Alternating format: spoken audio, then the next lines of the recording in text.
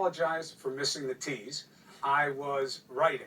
This is probably the most important piece we've done for the top of the show since COVID started. So I was a little too into it. I apologize. Thank you very much for giving me the opportunity. Great to see you as always. I am Chris Cuomo. Welcome to Primetime. Please take a moment and listen to this, because we need to answer a question here. And this is not a rhetorical device. It's not a joke. This matters. It is probably the central concern that is stopping us from getting where we need to be with this pandemic.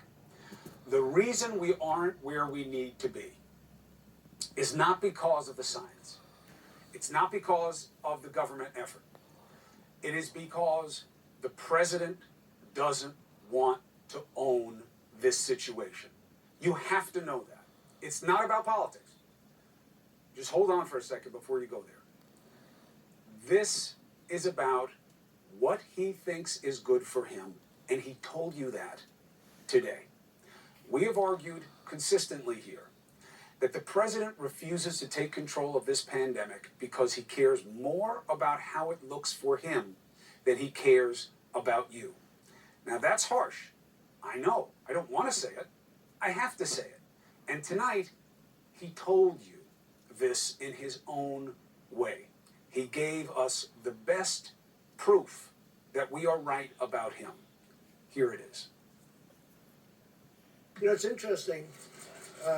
He's got a very good approval rating, and I like that. It's good. Because remember, he's working for this administration. He's working with us, John. We could have gotten other people. We could have gotten somebody else. It didn't have to be Dr. Fauci. He's working with our administration. And for the most part, we've done pretty much what he and others, Dr. Birx and others who are terrific, recommended. And he's got this high approval rating. So why don't I have a high approval rating with respect, and the administration, with respect to the virus? So it sort of is curious. A man works for us, with us very closely, Dr. Fauci and Dr. Birx, also highly thought of. And yet they're highly thought of, but nobody likes me. But nobody likes me. Now you have to understand something. I'm no psychologist. I am a little bit of a Trumpologist. I've been around this man a long time. And the idea that, well, just cut him out. When you cut the president out, you get exactly where you are right now. Nowhere. Nothing will happen if he doesn't want it to happen. It can't. Yes, Congress should do more. Yes, it's wrong for the Senate to sleep on the aid package. Yes, frankly, it's wrong for Pelosi and Schumer and the other Democrats not to be jumping up and down in outrage over the inaction. They say things, but not enough. That's all fair criticism. Nothing will change without him, and you now know why we are where we are. If he is not liked, if he doesn't think something is good for him, he will do nothing on that subject. What he will do is try to destroy what seems to be better than he is. Now, no one around him is going to answer the question he just asked. But I will, because that's the job. The reason people don't like you the way they like Tony Fauci has nothing to do with like and everything to do with trust, Mr. President. Fauci has been straight. Birx has played more to covering for you, but admittedly, both have said when they did things wrong. They both have showed proof, facts, for why people should and should not do certain things. With Tony Fauci, we know the motivation is to help, to keep us safe. I know that personally. I also know personally that it is not true with you. You are motivated only to help yourself. And somebody or some group helped you believe that ducking the pandemic is a better move for you than owning the reality. And frankly, you should fire those people. Because by lying about the virus, by denying states help, by defying the science and pushing bogus notions, you have made the pandemic worse. It has taken over the economy as the main issue, and you are now making your chances of winning again worse. You see it in the polls, and it is all because of this. The reason you are not where Birx and certainly Fauci are, you revealed in what you did last night. This retweet. When you decided to retweet nonsense, attacking them because you don't like the pandemic, and you don't like that he is liked. If you aren't liked, then you must destroy who is liked. You've always been this way. You're doing it now, but it's hurting you most of all. You retweet junk that our nation's top infectious disease expert, the person you just said, is your main guy. And last night you put out stuff that he misled us on a widely debunked miracle cure. Here it is. You trashed a man that we know cares about us. And then you showed the difference between you and him. When confronted with what you obviously put out there about him, you lied about it. You said that Dr. Fauci misled the country about hydroxychloroquine. How so? No, not at all. I don't even know what his stance is on it. Vaughn, put the tweet back up. It was last night. And we're all too sophisticated for this. Well, he didn't tweet it, he retweeted it. It's the same thing, and we all know it. So he's asked, and he says, oh, no, never, not at all. I don't even know his stance. Then why did you put this out? This is why you're not where Fauci is. You go on a Twitter bender, retweeting videos, and the reason that we are being pancaked by the pandemic is that instead of acting, you would rather trash the man who is trying to act, the man you call your top scientist. And in favor of who and what? You're going to trash Fauci. You better have good reasons for trashing Fauci, right? You know we care about what he says, right? You know he's proven himself to us, right? So what do you do it with? In favor of someone making unproven claims about hydroxychloroquine. A doctor who argued against the value of masks that you just said we're patriotic to wear, but you're going to support someone who says you don't need them. A doctor who has published videos talking about alien DNA. That's who you're going to promote over Tony Fauci. Someone who has insisted that sex with spirits is responsible for a range of medical problems. That over Tony Fauci. That's the doctor that the president wants to use to amplify his own message. Now do you get why you are not as popular? Let it sink in. Listen to Tony Fauci in how he addresses this nonsense. I have not been misleading the American public under any circumstances. Does he say anything about you? No and never. Does he grandstand? No and never. Simple and true. And we believe him because we know it from what he has shown us. He has not misled us. Has he been wrong? Yes. Has he been slow? Yes. And he has told us that. But you, sir, over and over, from behind the presidential seal, just a bunch of bunk. Many doctors think it is extremely successful, the hydroxychloroquine, and some people don't. Some people, I think it's become very political. It's safe. It doesn't cause problems. I had no problem. Politically, it doesn't seem to be too popular. You know why? Because I recommend it. When I recommend something, they like to say, don't use it.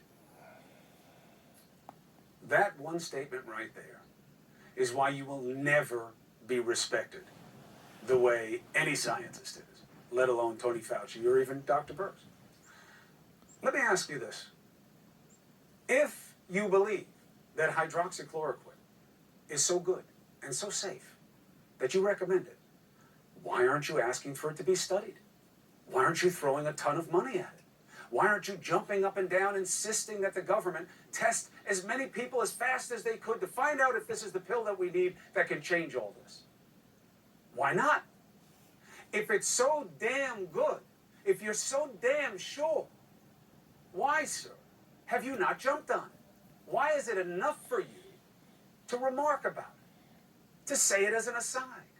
People are dying. We're desperate. Why won't you do something? If you think the hydroxychloroquine is so good, why don't you prove it? Why don't you commission it? Why don't you force it? You can do those things. But you don't. And that's the answer. You don't. Maybe you took it for yourself. Maybe you didn't. I don't know. And we can't trust you. So we don't know. But I do know this. It doesn't matter enough to you to try to do it for anybody else, does it? Because you're all about you. Now, some may say all politicians are. Yes, but not in this kind of grotesque fashion. Of course, politicians are about themselves. Self-interest is the motivation. Being elected. Politicians in general are more apt when it comes to acting out of fear of consequence than it is exercising good conscience. We know this. That's why so many people are so outside the system, so sick of it. Frankly, it's a big reason you got in. But I don't know that people knew they were voting for a worse form of what they rejected. Somebody who would say that he knows a drug can change things, can save them, but then doesn't do anything to get it for everybody else and prove that he's right and make it a national plan and put out a plan to help people by giving them this drug, if that's what you think it is. If that's what you think it is. You did it for yourself. The people around you had to wear masks. The people around you got tested all the time. They got turned around like that. They got contact traced every way possible, as quickly as possible, for you, but not for the rest of us. No plan to help turn around test times. You've been hearing how long it's taking, days, over a week. That kind of feedback is useless. We can't open schools with that. You know it. No plan. Wow. That's the answer to your question, sir. You're no Tony Fauci. And this isn't cheap, gotcha. We're way past that. We are sick and dying. And it doesn't look like it's going to get better anytime soon. You were right about that. But it took you less than a week to go bad on that message because you think it's bad for you. And your instinct is making us sick. It is a destructive emotion, and it's destructive for all of us. And it's keeping you from keeping us safe. That's the answer to why Fauci's approval rating is better than yours. Take a listen to this. We're seeing improvements across the major metro areas and most hotspots. You can look at large portions of our country. It's corona-free. Less and less of this country is corona-free. And you know it. I'm all for putting a positive spin on things. Frankly, it's your job. You are not there to echo the worst of reality all the time. You are there to inspire hope, sir. Yes, you are. You said the carnage would be over. You have created more carnage than we have ever imagined in this country during my lifetime. I've never seen anything like this, neither of you. And you're making it worse. Most of the country is corona-free. For how long? What are you doing to keep it that way? Not a damn thing. California, Arizona, Texas, the biggest and baddest example, Florida. That governor down there thought he was playing by your rules and it was going to go great. He couldn't wait for his pat on the head, for his pat on the back. Today it broke another daily death record. 22 states have rising cases. You have done nothing. If you want to know how to be popular like Tony Fauci, if you want this to be good for you, be good to us. Have the people who know make a plan to help states get tests more smart, more quick, processed better and faster. You can do that. Do it. Tell the people who know. How do we target the money that these Congress members are working on to help schools stay open, if they open, and when? You can do it. You have refused to do it. And that is why you are not popular, sir. Be good to us, and people will be good to you. And if you stay like this is how you will be weighed and measured. And as of today, you have been found lacking. We're going to take a break. When we come back, we have a former FDA commissioner, Dr. Mark McClellan, and Dana Bash to help us process the science and the political science of where we are right now.